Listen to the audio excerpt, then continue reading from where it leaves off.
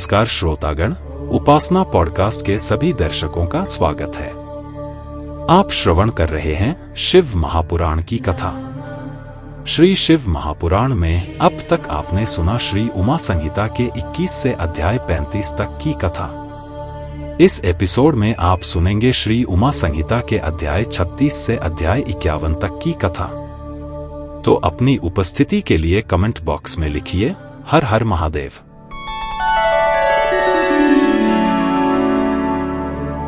36वां अध्याय।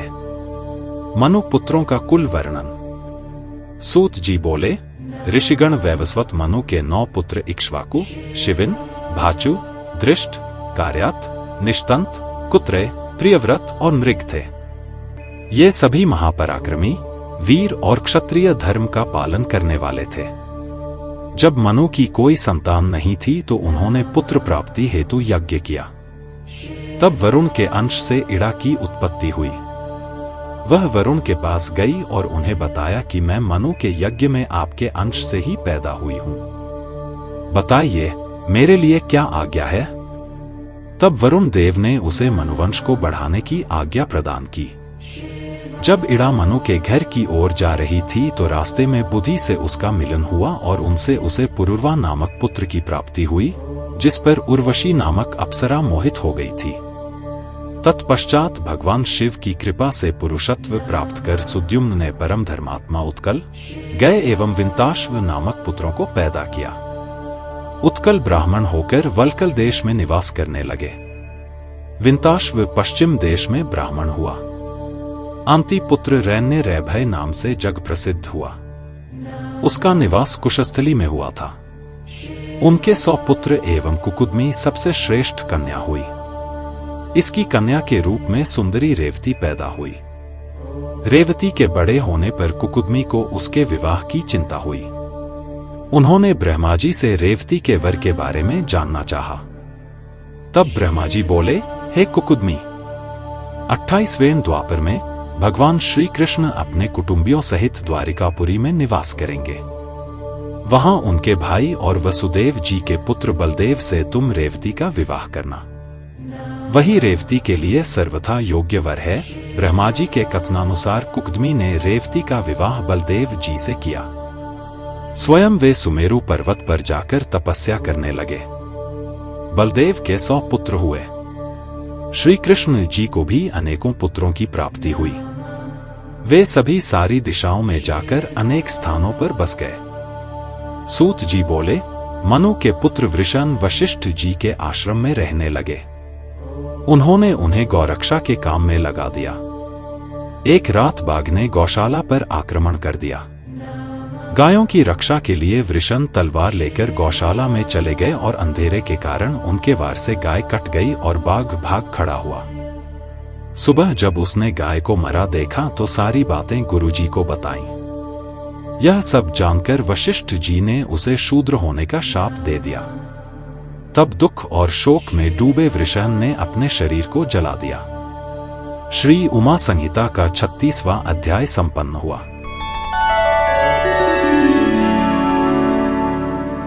सैंतीसवां अध्याय। मनु वंश वर्णन। सूत जी बोले, ऋषिगण, मनु जी की नाक से इक्ष्वाकु पैदा हुआ था और उसकी 100 संतानें हुई, जिनमें सबसे बड़ा विकुक्षी अयोध्या का राजा बना। उसने एक दिन वन में शको खा लिया था। उसी दिन से यह शशाद नाम से प्रसिद्ध हुआ। अयोध के पुत्र का नाम ककुत्स्था था। अरिनाम उसका पुत्र हुआ। इसी प्रकार अरिनाम के पृथु, पृथु के विश्वराट, विश्वराट के प्रजापति इंद्र, उनके युवनाश्व, युवनाश्व के कुवलाश्व, इंद्र के पुत्र युवनाश्व द्वारा प्रजापति श्राव हुए। इन्होंने श्रावस्ती पुरी बसाई। कुवलाश्व के 100 पुत्र हुए थे। उन्होंने अपना राज्य पुत्रों को सौंप दिया और स्वयं वन को चले गए। मार्ग में उन्हें उतंक मुनि मिले। मुनि बोले, राजन, मेरे आश्रम के पास ही धुंध नामक दानव रहता है। वह महावीर और पराक्रमी है। उसने उग्र तपस्या आरंभ कर दी है, जिसके बल पर वह तीनों लोकों का विनाश करना चाहता है। आप उसका वध करके इस जगत का कल्याण करें। मुनि की बात सुनकर कुवलाश्व बोले, मुनिराज, मैं तो शस्त्रों को त्याग चुका हूं, इसलिए आपका यह कार्य मेरा पुत्र करेगा। यह कहकर उन्होंने यह कार्य अपने पुत्र को सौंप दिया। तब उनका पुत्र धुंध को मारने पहुंचा। धुंध ने उनको अपनी ओर आता देखकर उन पर आक्रमण कर दिया। तब कुवलाश्व पुत्र ने बहादुरी से युद्ध कर धुंध का वध कर दिया। उतंक ऋषि ने उसे अपराजित रहने एवं अक्षय धन प्राप्ति का वर प्रदान किया। उनके पुत्रों में दृढ़ाश्व का हश्व, हर्यश्व का निकुंभ एवं गृहताश्व, कृशाश्व एवं हेमवती कन्या उत्पन्न हुई। उसके प्रसेंजित नामक पुत्र हुआ। प्रसेंजित ने अपनी पत्नी को शाप दे दिया था, जिसके अनुसार वह वहुदा नाम की नदी बनी। पुरुकुत्स का पुत्र जयारुणी और सत्यव्रत उसका पुत्र हुआ। उसे अधर्मी समझकर उसके पिता ने उसे त्याग दिया। तब वह चांडालों के साथ रहने लगा। इसी अधर्मी के कारण इंद्र ने 12 वर्षों तक वर्षा नहीं की। तत्पश्चात विश्वामित्र ने अपनी पत्नी का त्याग कर दिया और तपस्या करने लगे। उनकी पत्नी ने अपने पुत्र का गला बांधकर उसे 100 गायों के बदले बेच दिया। सत्यव्रत ने ही उसे बचाया। गला बांधने के कारण उसका नाम गालव हुआ। श्री उमा संहिता का 37वां अध्याय संपन्न हुआ। 38वां अध्याय, सगर तक राजाओं का वर्णन। सूत जी बोले, ऋषिगण, सत्यव्रत ने विश्वामित्र की पत्नी और पुत्र का पालन पोषण किया। एक दिन की बात है, राजकुमार ने मांस खाने की जिद की। तब सत्यव्रत ने महर्षि वशिष्ठ की एक गाय को मारा और तीनों ने उसे खा लिया। जब महर्षि वशिष्ठ को पता चला तो वे बहुत क्रोधित हुए। उन्होंने सत्यव्रत को त्रिशंकु होने का शाप दे दिया। इधर जब विश्वामित्र लौटे तो उन्हें पता चला कि उनकी अनुपस्थिति में सत्यव्रत ने ही उनके पुत्र और पत्नी का ध्यान रखा, तो वे बहुत प्रसन्न हुए। महर्षि विश्वामित्र ने सत्यव्रत के पिता का राज्य उसे दिला दिया। यज्ञ द्वारा उसे सीधे स्वर्ग पहुंचा दिया। सत्यव्रत की पत्नी सत्यर्था थी और उनके पुत्र हरिश्चंद्र राजा हुए। उनके पुत्र रोहित, रोहित के पुत्र वृक और वृक के पुत्र बाहु हुए। राजा बाहु ने ऋषि औरव के आश्रम में ताल जंघाओं से रक्षा पाई थी। इसी जगह जहर सहित पुत्र पैदा हुआ। उसका नाम सगर था। सगर ने भार्गव ऋषि से आग्नेय नामक अस्त्र की शिक्षा ग्रहण की थी। उसने है ताल जंघाओं को मारकर पूरी पृथ्वी पर विजय प्राप्त की।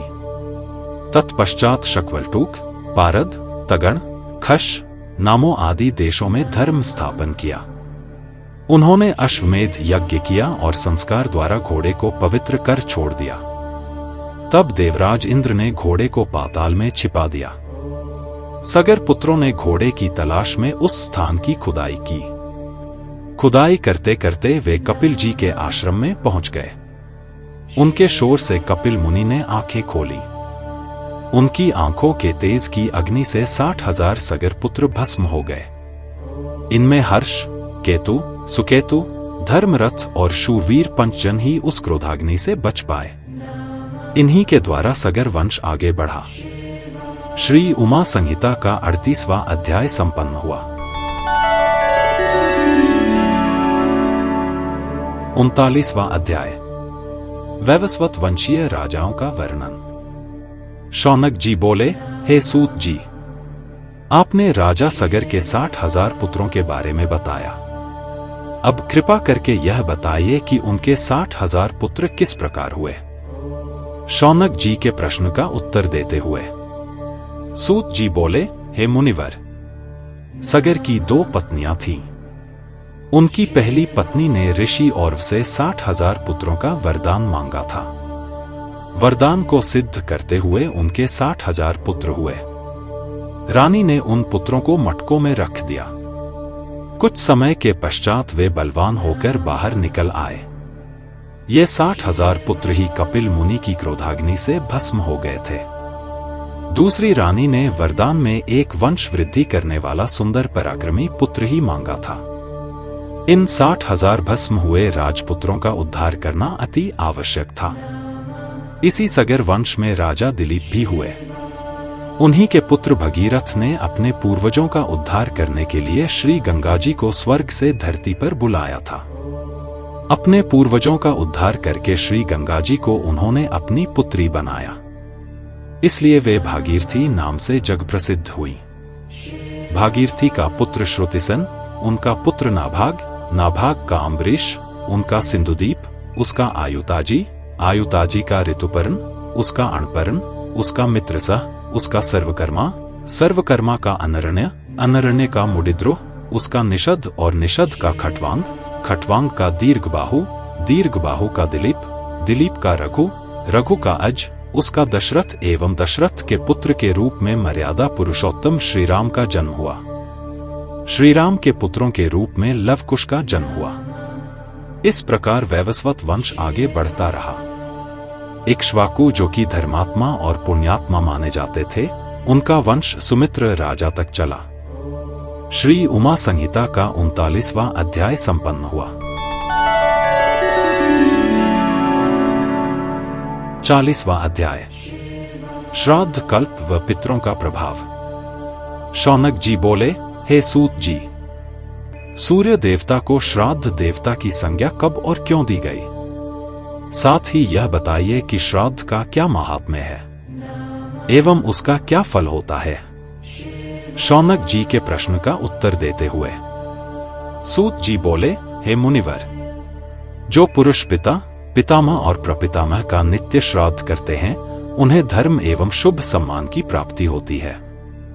एक बार युधिष्ठिर ने भीष्म पितामह से पूछा, पितामह, पितरों को श्राद्ध कैसे प्राप्त होते हैं? अपने कर्मों द्वारा कुछ लोग स्वर्ग जाते हैं तो कुछ नरक। मैंने यह भी सुना है कि देवता भी अपने पितरों का श्राद्ध करते हैं। क्या यह सच है? युधिष्ठिर के वचन सुनकर भीष्म पितामह बोले, पुत्र, एक दिन मैंने अपने पिताजी को पिंडदान किया तो वे सामने प्रकट हो गए और कहने लगे कि पिंड को मेरे हाथ पर रख दो, परंतु मैंने उसे कुश पर रख दिया।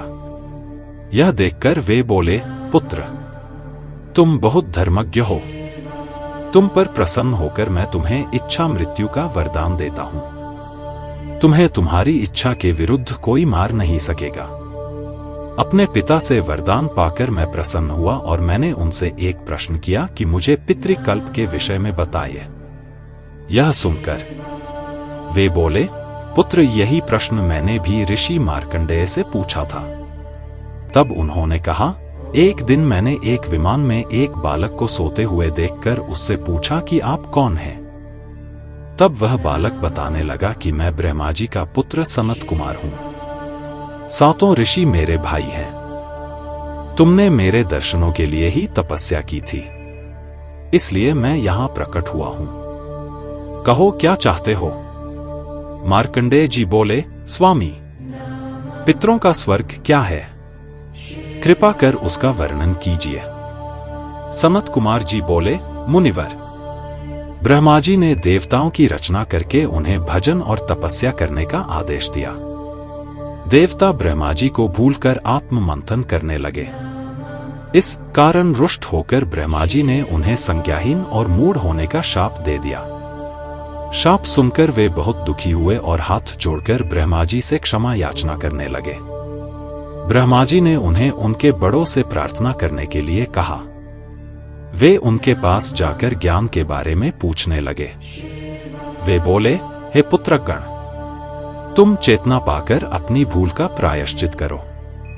उनकी बात सुनकर देवता पुनः ब्रह्मा जी की शरण में गए और पूछने लगे कि आप हमें बताइए कि उन्होंने हमें पुत्रक क्यों कहा।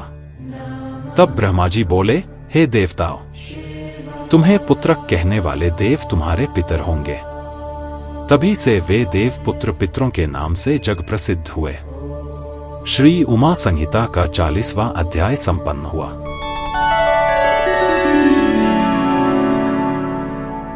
41वां अध्याय, 7 व्याध पुत्र।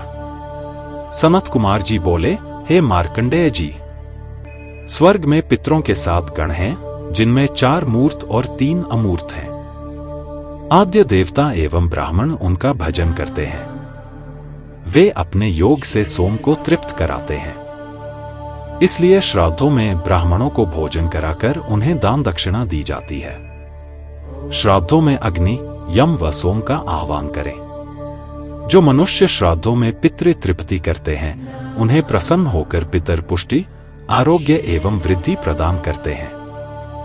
एक बार की बात है, भारद्वाज ऋषि के ब्राह्मण पुत्र वाग्दुष्ट, क्रोधन, हिंस्र, पिशुन, काव, स्वसृष, पितृवर्ती आदि दुराचारी हो गए। उनके पिता की मृत्यु हो गई। वे विश्वामित्र के पुत्र मुनि गर्ग के शिष्य बनकर उनके आश्रम में रहने लगे। एक दिन रास्ते में उन कुबुद्धि बालकों ने गाय को मार दिया और आश्रम आकर गुरुजी से झूठ बोल दिया कि गाय को शेर उठाकर ले गया है।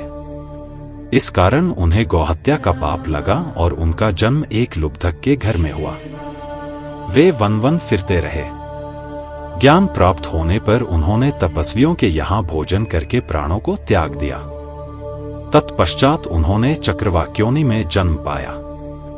पक्षी योनि में नीप देश के राजा और रानी के सुखी जीवन को देखकर उन्होंने विचार किया कि जरूर पुण्य कर्म किए होंगे, जिसके कारण उन्हें सुख और सौभाग्य की प्राप्ति हुई। तभी वहां पर सुमना पक्षी आया और प्रसन्न होकर बोला, हे पक्षियों, अगली योनि में तुम कौंपिल्य नगरी के राजा बनोगे। तब तुम्हारा शाप निवृत्त हो जाएगा। तुम्हें ये सब पितरों की कृपा से प्राप्त होगा, क्योंकि तुमने गौप्रोक्षण करके उसे पितरों को भी अर्पित किया था। श्री उमा संहिता का 41वां अध्याय संपन्न हुआ।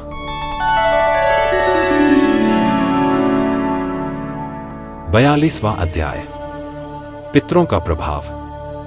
भीष्म पितामह बोले, हे मार्कंडेय जी, आगे की कथा भी मुझ पर कृपा करके मुझे सुनाइए।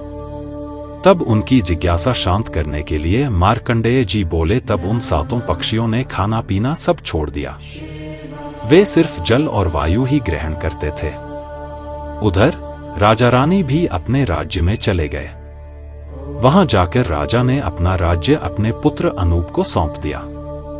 स्वयं राजा रानी को साथ लेकर पुनः उसी वन में आकर साधारण मुनियों वाला जीवन जीने लगा।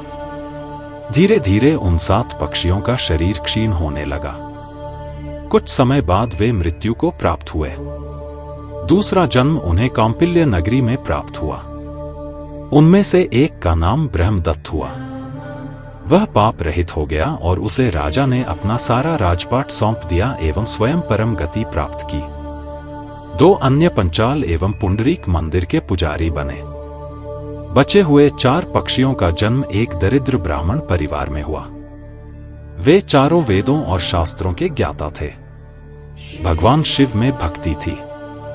उनके चरणों की भक्ति में उन्होंने मुक्ति एवं ज्ञान प्राप्त कर उनकी असीम श्रद्धा शिवलोक प्राप्त किया। श्री उमा संहिता का 42वां अध्याय संपन्न हुआ।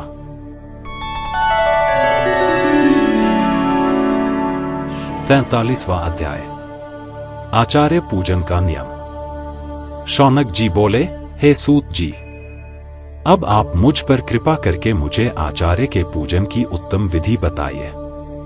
साथ ही ग्रंथ सुनने के बाद मनुष्यगण के कर्तव्य के बारे में भी विस्तार से बताइए। शौनक जी की प्रार्थना सुनकर सूत जी ने बताना प्रारंभ किया।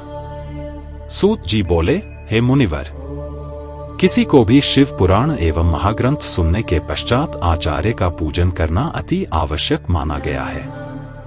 आचार्य का श्रद्धा भाव से पूजन करने के पश्चात उसे सामर्थ्य के अनुसार दान अवश्य ही देना चाहिए। शिव पुराण का श्रवण करने के पश्चात त्रिलोकीनाथ भगवान शिव का पूजन करके ब्राह्मण आचार्य को बछड़े वाली गाय का दान करें।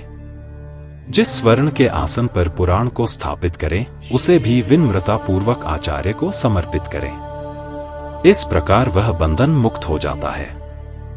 पुराण वक्ता को महात्मा माना जाता है। उन्हें राज्य, घोड़ा, हाथी, गांव आदि उत्तम एवं उपयुक्त वस्तुएं तथा शक्ति और सामर्थ्य के अनुसार दान देने से कल्याण होता है। इस पवित्र शिव पुराण नामक ग्रंथ को सुनने से समस्त अभीष्ट फलों की प्राप्ति होती है। श्री उमा संहिता का 43वां अध्याय संपन्न हुआ। 44वां अध्याय, व्यास जी का जन्म। शौनक जी बोले, हे सूत जी, आप मुझे मुनि वेद व्यास के जन्म की कथा सुनाइए। तब शौनक जी के प्रश्न का उत्तर देते हुए सूत जी बोले, हे शौनक जी, एक दिन की बात है, पराशर जी तीर्थ यात्रा करते हुए यमुना तट पर आए। उस समय मल्लाह भोजन कर रहा था, इसलिए उसने अपनी पुत्री मत्स्यगंधा को उन्हें नाव द्वारा यमुना पार कराने का आदेश दिया। मत्स्यगंधा पराशर जी को नाव से यमुना पार ले जा रही थी। उसकी सुंदरता देखकर पराशर जी उस पर मोहित हो गए। जैसे ही उन्होंने यमुना पार की, पराशर मुनि ने उसका हाथ पकड़ लिया। तब मत्स्यगंधा ने मुनिवर से कहा कि आप रात का इंतजार करें। पराशर जी ने अपने योग से दिन को रात कर दिया। दोनों का मिलन हुआ, परंतु मत्स्यगंधा चिंतित थी। तब पराशर जी ने उससे वर मांगने को कहा। मत्स्यगंधा बोली, मुनिवर, मेरे इस कर्म को मेरे माता पिता कोई भी न जान सके, मेरा कन्या धर्म भी न जाए और मुझे आपके समान तपस्वी और शक्तिमान पुत्र की प्राप्ति भी हो। तब उसके वचन सुनकर पराशर मुनि बोले, देवी, जैसा आप चाहती हैं वैसा ही होगा और आज से आप सत्यवती नाम से प्रसिद्ध होंगी। आपके गर्भ से भगवान श्री हरि विष्णु का अंश उत्पन्न होगा। यह कहकर मुनिवर चले गए। नियत समय पर सत्यवती ने सूर्य के समान महातेजस्वी पुत्र को जन्म दिया। पुत्र माता की आज्ञा लेकर तपस्या करने चला गया और जाते समय उसने माता से कहा कि कोई भी कष्ट पड़ने पर मुझे अवश्य याद करना। सत्यवती अपने घर लौट आई। व्यास जी तपस्या में लीन हो गए। वेदों की शाखाओं का अध्ययन करने से वे वेदव्यास के नाम से प्रसिद्ध हुए। फिर वे तीर्थ स्थानों के भ्रमण के लिए निकल पड़े। एक बार शिवलिंग का दर्शन करने के पश्चात उनके मन में विचार आया कि कोई ऐसा सिद्धिदायक लिंग हो जिसकी आराधना और भक्ति करने से सब विद्याएं प्राप्त हो जाएं और अभीष्ट फलों की प्राप्ति हो। यही सोचकर वे ध्यान मग्न हो गए। तभी उन्हें ज्ञात हुआ कि धर्म, अर्थ, काम और मोक्ष देने वाले अतिमुक्त महाक्षेत्र में मध्येश्वर लिंग स्थित है। वेदव्यास जी ने गंगा में स्नान करके व्रत आरंभ कर दिया। उन्होंने भोजन त्याग दिया। वे पहले फलाहारी रहकर पूजन करने लगे। फिर उन्होंने सिर्फ जल ही ग्रहण किया। फिर उन्होंने सिर्फ हवा को ग्रहण करते हुए अपना पूजन आरंभ किया। तत्पश्चात उन्होंने निराहारी रहकर भगवान शिव की उत्तम तपस्या की। उनकी इस दुस्सह साधना से शिवजी प्रसन्न हुए और वेदव्यास जी को दर्शन दिया। देवादिदेव महादेव जी को साक्षात अपने सामने पाकर वेदव्यास जी उनकी स्तुति करने लगे। वे बोले, हे देवाधिदेव, कल्याणकारी शिव, आप मन और वाणी से अगोचर हैं। वेद भी आपकी महिमा को पूर्ण रूप से नहीं जानते। आप ही सृष्टि के रचनाकर्ता, पालनकर्ता और संहार करता है सर्वशक्तिमान ईश्वर। आप ही जन्म मरण, देश, कुल आदि से रहित हैं। आप ही त्रिलोक के स्वामी हैं। इस प्रकार व्यास जी ने शिव जी की स्तुति की।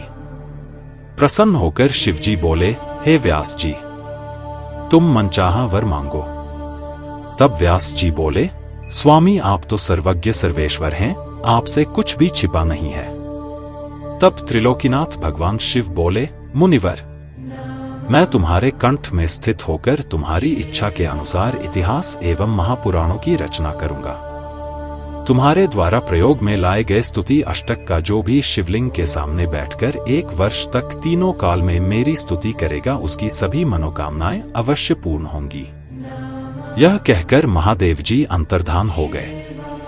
भगवान शिव की कृपा से वेदव्यास जी ने ब्रह्मा, पद्म, विष्णु, शिव, भागवत, भविष्य, नारद, मार्कंडेय, अग्नि, ब्रह्मवैवर्त, लिंगवारा, कूर्म, मत्स्य, गरुड़, वामन, ब्रह्मांड आदि 18 महापुराणों की रचना की। ये सभी पुराण पुण्य और यश देने वाले हैं।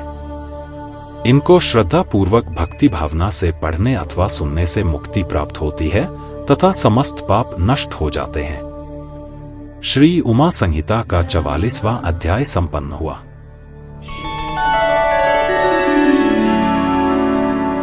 45वां अध्याय मधुकैटभवध एवं महाकाली वर्णन। सूत जी बोले, हे मुनिवर, अब मैं आपको जगत जननी माता उमा के विषय में बताता हूं। स्वारोचिष नामक मनवंतर में विरथ नाम के एक राजा हुए हैं। उनका सुरथ नामक पुत्र बहुत वीर और पराक्रमी था। वह महादानी भी था। वह देवराज इंद्र के समान पराक्रमी था। उसके राज्य में प्रजा बहुत सुखी थी। एक बार उस पर 9 राजाओं ने एक साथ आक्रमण कर दिया। युद्ध में उसे हराकर उसके राज्य पर अपना कब्जा कर लिया। सुरथ घोड़े पर सवार होकर वन को चला गया। वन में राजा सुरथ ने एक सुंदर आश्रम देखा। वहां पर सभी जीव जंतु शांत वातावरण में विचरण कर रहे थे। आश्रम में स्वागत पाकर राजा वहीं रहने लगा।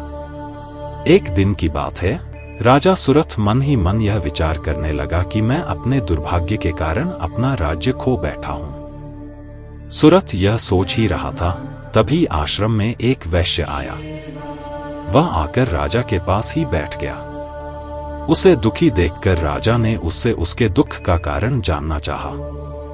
तब वह वैश्य आंखों में आंसू लिए बोला, राजन, मैं समाधि नामक वैश्य हूं। मैं एक अत्यंत धनाढ़ कुल में उत्पन्न हुआ हूं, परंतु मेरे पुत्र पौत्रादि ने धन के लालच में ही मुझे घर से बाहर निकाल दिया है।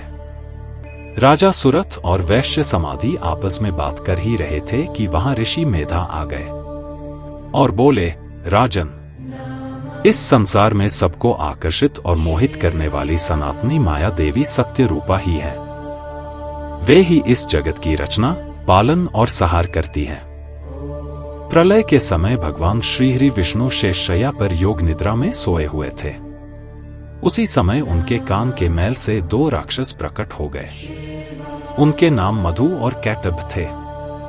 वे दोनों राक्षस विष्णु जी के नाभि कमल में स्थित ब्रह्मा जी को मारने के लिए दौड़े। उन महादैत्यों को इस प्रकार अपनी ओर आता देखकर ब्रह्मा जी महामाया देवी परमेश्वरी का ध्यान करके उनकी स्तुति करने लगे।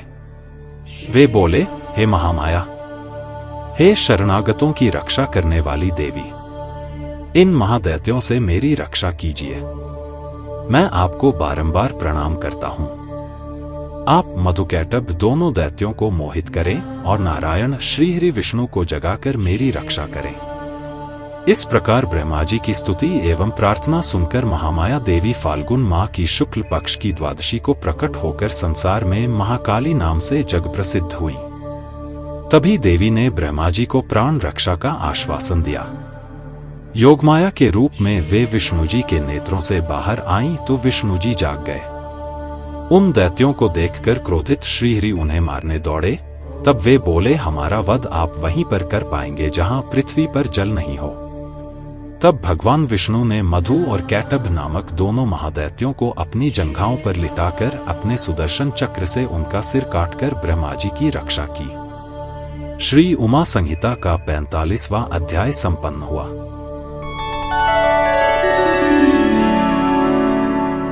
46वां अध्याय महालक्ष्मी अवतार। ऋषि बोले, दैत्यों के कुल में जन्मे महादैत्य रंभासुर का महिषासुर नामक पुत्र महावीर और पराक्रमी था। उसने समस्त देवताओं को युद्ध में परास्त करके स्वर्ग पर अपना अधिकार स्थापित कर लिया। तब सभी देवता दुखी होकर ब्रह्मा जी और विष्णु जी को अपने साथ लेकर भगवान शिव के पास पहुंचे। उन्होंने भगवान शिव को सारी बातें विस्तार पूर्वक सुनाई। सारी कथा सुनने के उपरांत क्रोधित भगवान शिव की आंखों और मुख से एक दिव्य तेज उत्पन्न हुआ। उस तेज में सब देवताओं ने अपना अपना तेज मिलाया, जिससे देवी महामाया जगदम्बा का प्रादुर्भाव हुआ। उन्हें देखकर देवताओं की प्रसन्नता की कोई सीमा न रही। सबने देवी को अनेक आयुध एवं आभूषण भेंट किए। ब्रह्मा जी, विष्णु और शिव जी सहित समस्त देवताओं की अनेकों शक्तियां ग्रहण करने के पश्चात देवी ने जोर का अट्टहास और गर्जना की। देवी की गर्जना से धरती, आकाश और पाताल गूंज गए। उस गर्जना को सुनकर देव शत्रु दैत्यों ने अपने अपने हथियार उठा लिए। देखते ही देखते देवी जगदम्बा दैत्यों से युद्ध करने पहुंच गईं। दैत्यों और देवी के बीच घोर संग्राम होने लगा।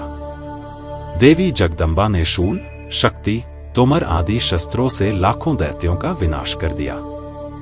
पराक्रमी देवी को देखकर दैत्य सेना भयभीत होकर इधर-उधर भागने लगी। तब महिषासुर ने आकर देवी जगदम्बा को ललकारा। उसने तलवार लेकर देवी के वाहन सिंह पर आक्रमण कर दिया। अपने सिंह पर आई इस विपत्ति को देखकर देवी ने अपना पाश महिषासुर पर फेंका। अपनी ओर आते पाश को देखकर महिषासुर ने महिष का रूप त्याग कर सिंह का रूप धारण कर लिया। देवी जगदम्बा ने यह देखकर झपट कर उसका सिर धड़ से अलग कर दिया, परंतु महिषासुर फिर भी न मरा और रूप बदल बदल कर देवी से युद्ध करने लगा और उनके सिंह को परेशान करने लगा। इस प्रकार देवी और महिषासुर का युद्ध बहुत लंबे समय तक चलता रहा। उनके इस भयानक युद्ध से पूरा त्रिलोक कांप उठा। सारे जीव जंतु दुखी हो गए। तब देवी उछलकर महिषासुर पर चढ़ गईं। उन्होंने अपने पैरों से महिषासुर को कुचल दिया और अपने त्रिशूल से उसकी जिह्वा काट दी। इस प्रकार देवी जगदम्बा ने महिषासुर का वध कर त्रिलोक को उसके आतंक से मुक्ति दिलाई। सभी देवता हर्षित होकर देवी की स्तुति करने लगे। सारी दिशाओं से पुष्प वर्षा होने लगी। श्री उमा संहिता का 46वां अध्याय संपन्न हुआ।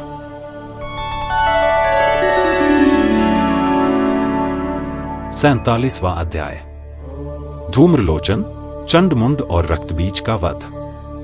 ऋषि बोले, शुंभ और निशुंभ नामक दोनों पराक्रमी दैत्यों ने अपने अत्याचारों से पूरे चराचर जगत को दुखी कर दिया। सभी जीव जंतु, मनुष्यगण एवं देवता उसके अत्याचारों से परेशान हो चुके थे। तब देवता अत्यंत परेशान होकर हिमालय पर श्री पार्वती जी की शरण में गए और देवी की स्तुति करने लगे। वे बोले, हे कल्याणकारी देवी भवानी, हम सब आपकी शरण में आए हैं। मातेश्वरी, हमारी रक्षा कीजिए। शुंभ निशुंभ के आतंक एवं अत्याचारों से त्रिलोक को मुक्त कराइए। देवताओं की स्तुति सुनकर देवी ने अपने शरीर से एक तेज उत्पन्न किया और एक कुमारिका प्रकट हुई। सब देवताओं ने हाथ जोड़कर और सिर झुकाकर देवी की स्तुति की। तब पार्वती जी बोली, देवगण, मेरे कोष से निकलने के कारण ये कौशिकी नाम से प्रसिद्ध होंगी और मातंगी नाम से जग प्रसिद्ध होंगी। यह कहकर देवी अंतर्धान हो गईं और देवता अपने स्थान को लौट गए। देवी कौशिकी वहीं हिमालय की गुफा में रहने लगी। एक दिन शुंभ निशुंभ के सेवकों ने उन्हें देख लिया। तब उन्होंने जाकर शुंभ निशुंभ से उनके रूप सौंदर्य की प्रशंसा की और कहा कि वह तो नारियों में रत्न है, उसे आपके महल की शोभा बढ़ानी चाहिए। तब देवी की प्रशंसा सुनकर शुंभ निशुंभ ने अपना दूत वहां भेजा। तब दूत ने जाकर देवी से कहा, मेरे स्वामी शुंभ निशुंभ आपके रूप की प्रशंसा सुनकर आपसे विवाह करना चाहते हैं। उन्होंने विवाह का प्रस्ताव लेकर ही मुझे यहाँ पर भेजा है। दूत की बात सुनकर देवी बोली, दूत, जाकर तुम अपने स्वामियों से कहो कि मैंने यह प्रतिज्ञा कर रखी है कि जो भी मुझे युद्ध में परास्त कर देगा मैं उसी से विवाह करूंगी। अपने स्वामियों से कहो आकर मुझसे युद्ध करें और मुझे हराकर मुझे अपने साथ ले जाएं। दूत ने शुंभ निशुंभ को सारी बातों से अवगत कराया। सारी बातें सुनकर शुंभ और निशुंभ क्रोधित हो गए। उन्होंने अपने सेनापति धूम्रलोचन को आदेश दिया कि तुम उस नारी को यहां लेकर आओ। यदि वह प्यार से न आए तो जबरदस्ती उसे उठा लाना। अपने स्वामी की आज्ञा पाकर धूम्रलोचन हिमालय पर्वत पर देवी को लेने पहुंचा। जब देवी कौशिकी ने चलने से मना किया तो वह देवी पर शस्त्र लेकर झपटा। देवी ने उसे भस्म कर दिया और सिंह ने दैत्य सेना को तितर-बितर कर दिया। जब शुंभ निशुंभ को धूम्रलोचन के मारे जाने का समाचार मिला तो वे गुस्से से भर गए। उन्होंने चंडमुंड और रक्तबीज को देवी को लाने वहां भेजा और आदेश दिया कि यदि वह न आए तो उसका वध कर देना। वे दैत्य देवी के पास गए और बोले, सुंदरी, तुम प्रेम पूर्वक शुंभ निशुंभ में से किसी को भी अपना पति बना लो और खुशी से राज्य करो। यह सुनकर देवी बोली, हे दैत्यो, मैं तो सूक्ष्म प्रकृति हूं। ब्रह्मा, विष्णु सहित सभी देवता मेरी आराधना और स्तुति करते हैं। यदि तुम शक्ति है तो मुझे युद्ध में हराकर जहां चाहो ले जा सकते हो। देवी, यदि आप ऐसा ही चाहती हैं तो ठीक है। यह कहकर दैत्यों ने देवी पर बाणों की वर्षा करनी शुरू कर दी। तब क्रोधित देवी ने अपने खड्ग से चंडमुंड और रक्तबीज का वध कर दिया। श्री उमा संहिता का 47वां अध्याय संपन्न हुआ।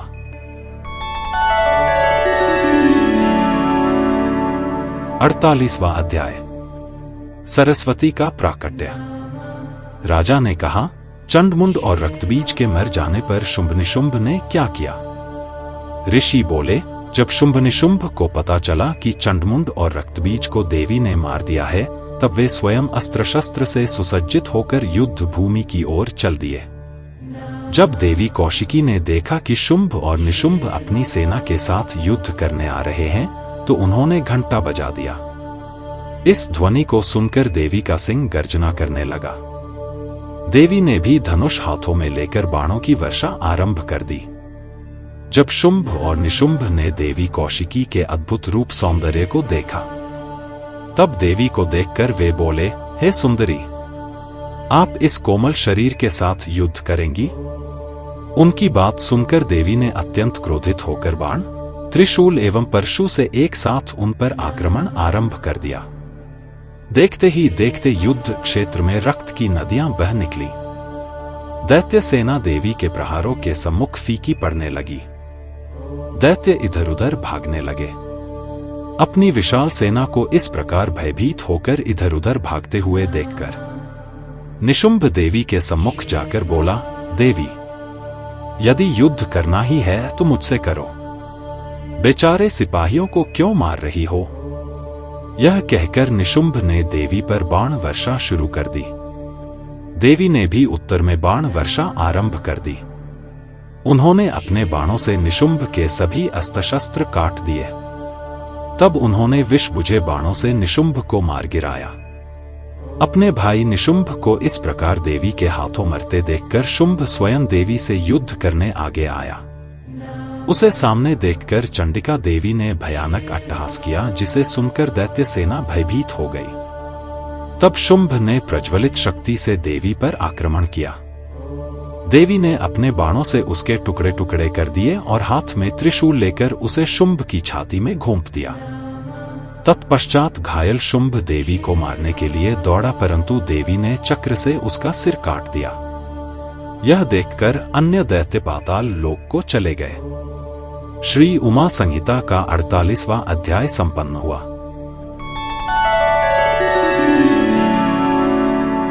उनचासवां अध्याय, उमा की उत्पत्ति।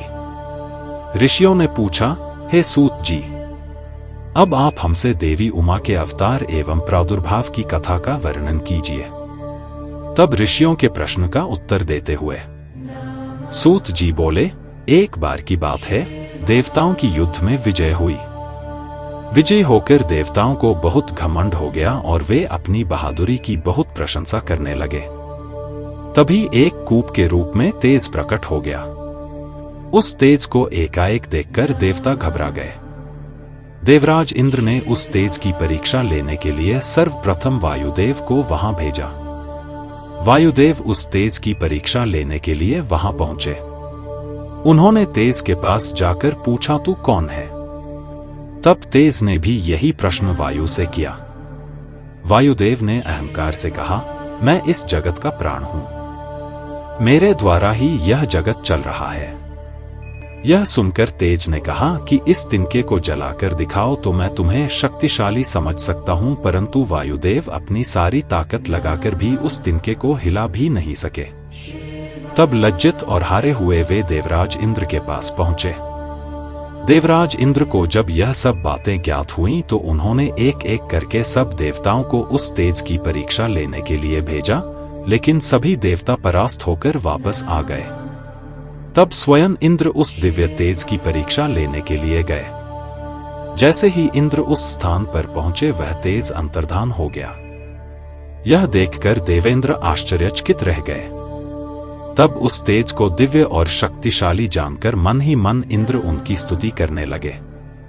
और इंद्र बोले, मैं आपकी शरण में आया हूं। कृपा कर मुझे दर्शन दो। चैत्र मास के शुक्ल पक्ष की नवमी के मध्याह्न का समय देवी उमा ने प्रकट होकर देवराज इंद्र को दर्शन दिए। देवी उमा बोली, हे देवराज इंद्र, ब्रह्मा, विष्णु और शिव भी मेरी स्तुति करते हैं। अन्य देवता भी मुझे पूजते हैं। मैं परम ब्रह्म प्रणव स्वरूप देवी हूं। मेरी ही कृपा से तुम्हें विजयश्री प्राप्त हुई है। इसलिए अपने अभिमान और घमंड को त्याग कर मेरा स्मरण करो। यह कहकर देवी शांत हो गईं। यह सुनकर देवताओं ने देवी उमा की स्तुति करनी आरंभ कर दी। देवता बोले, हे महामाया, हे जगदम्बा, आप हमें क्षमा करें। हम दोनों हाथ जोड़कर आपकी शरण में आए हैं। हमसे जो गलती हो गई है उसे भूलकर हम पर अपनी कृपा दृष्टि रखें। यह कहकर देवता देवी मां की स्तुति करने लगे। श्री उमा संहिता का 49वां अध्याय संपन्न हुआ।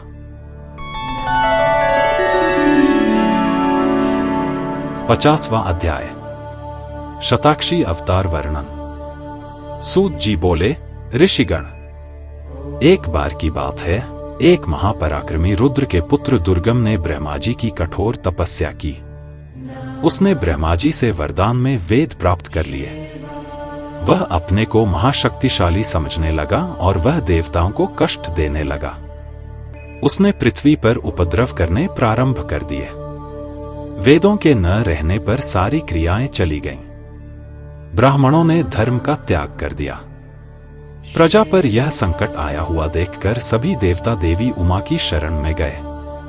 देवता स्तुति करते हुए बोले, हे महादुर्गे, हे जगदम्बिके, जिस प्रकार आपने शुंभ निशुंभ का वध करके हमारी रक्षा की, उसी प्रकार इस दुष्ट का भी वध करके अपने शरणागतों की रक्षा करो।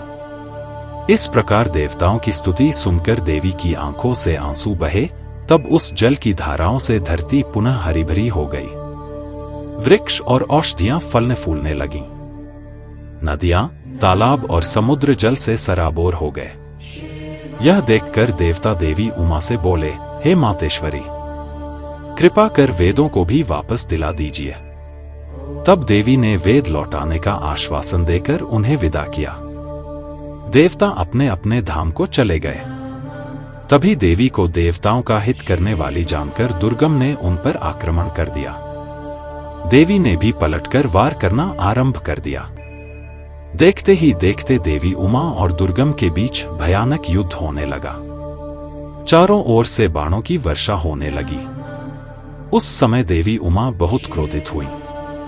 तब उनके शरीर से काली, तारा, छिन्नमस्ता, श्रीविद्या, भुवनेश्वरी, रौरवी, बगुला, थमरा, त्रिपुरा, मातंगी नामक 10 देवियां प्रकट हुईं।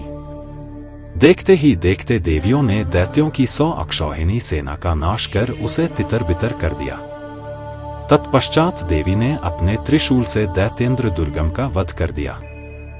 देवी ने उससे वेद छीनकर देवताओं को सौंप दिए। प्रसन्न देवता महामाया देवी उमा की स्तुति करने लगे। देवता बोले, हे मातेश्वरी, आपने हमारी रक्षा के लिए अनंताक्षी भय रूप रखा, इसलिए आप शताक्षी नाम से जग प्रसिद्ध होंगी। शोक द्वारा लोकहित करने के कारण शाकुंभरी और दुर्गम नामक दैत्य का वध करने के कारण दुर्गा कहलाएंगी। हे महाबले, हे ज्ञानदायिनी, हे योग निद्रे, हे विश्वजननी, हम आपको नमस्कार करते हैं। आप सदा हमारा कल्याण करें और सबकी रक्षा करें। तब देवताओं को उनकी रक्षा का आश्वासन देकर देवी अंतर्धान हो गईं। श्री उमा संहिता का 50वां अध्याय संपन्न हुआ।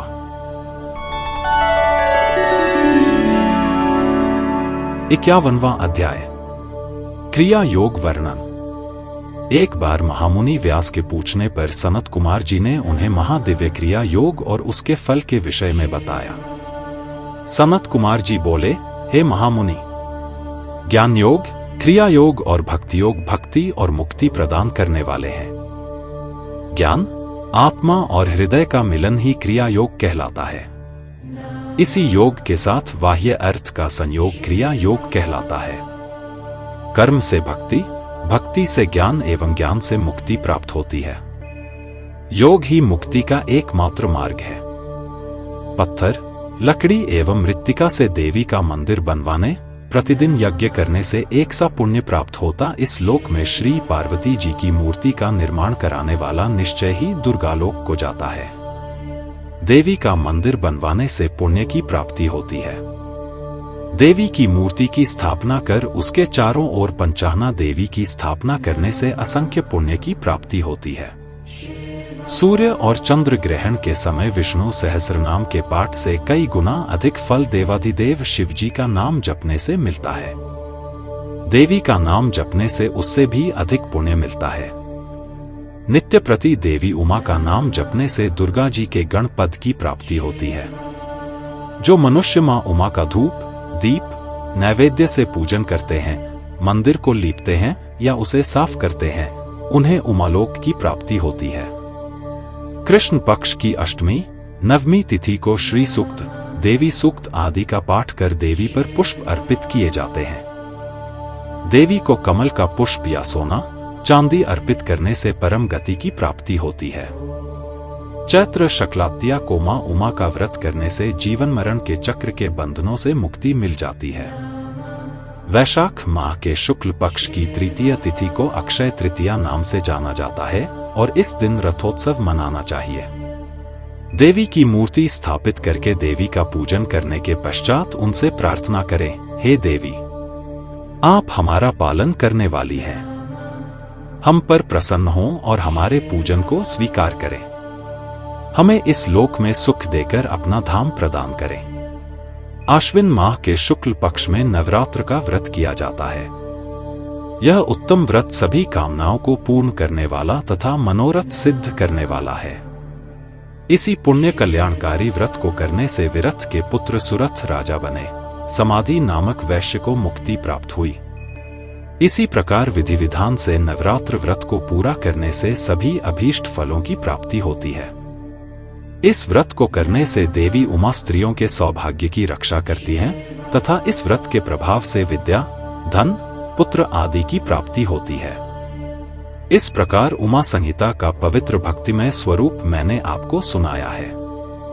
इसे पढ़ने एवं सुनने से कामनाएं पूरी होती हैं और सब सुख भोग कर मनुष्य परमधाम को प्राप्त करता है।